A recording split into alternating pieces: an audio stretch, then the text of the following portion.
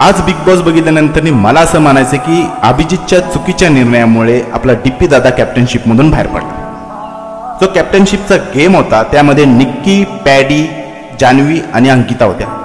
त्या ठिकाणी मी 4 वेळा व्हिडिओ बघितले आहे, तर तिथं पॅडी दादाने बजर वाजवला आहे, पण अभिजितला ते कळलं नाही। अभिजितने DRS घेतला असता तर त्यांना कळलं असतं। अभिजितने डायरेक्ट निक्कीला विन केलं आणि निक्की अरबाजलाच विन करणार होती, अरबाजलाच कॅप्टन बनवणार होती आणि अरबाजच्या ग्लासची किंमत जी होती ती 500 रुपये होती। डीपी दादाच्या ग्लासची किंमत ही 100 रुपये होती।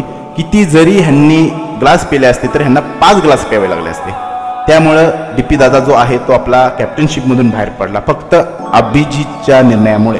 अभिजितचे फॅन्स पण मला काहीतरी बोलते, पण बी टीमचा जो कॅप्टन व्हायचा होता हे अभिजितसाठी चांगलं होतं, पण तो झाला नाही। आणि मग त्यानंतर राहिल्या वर्षाताई। वर्षाताई बघा काय म्हणतात, कारण वर्षाताईविषयी तर मी काय बोलू शकत नाही, महाराजच सांगतील त्यांना। महाराज सांगाव, मला व्हायचंय कॅप्टन। कॅप्टन कोणाला नाही व्हायचंय। एकदा माझी इच्छा आहे, एकदा माझी इच्छा आहे, एकदा मी सरपंच झालो ना, काला माणसं माराय होतो का तू सरपंच?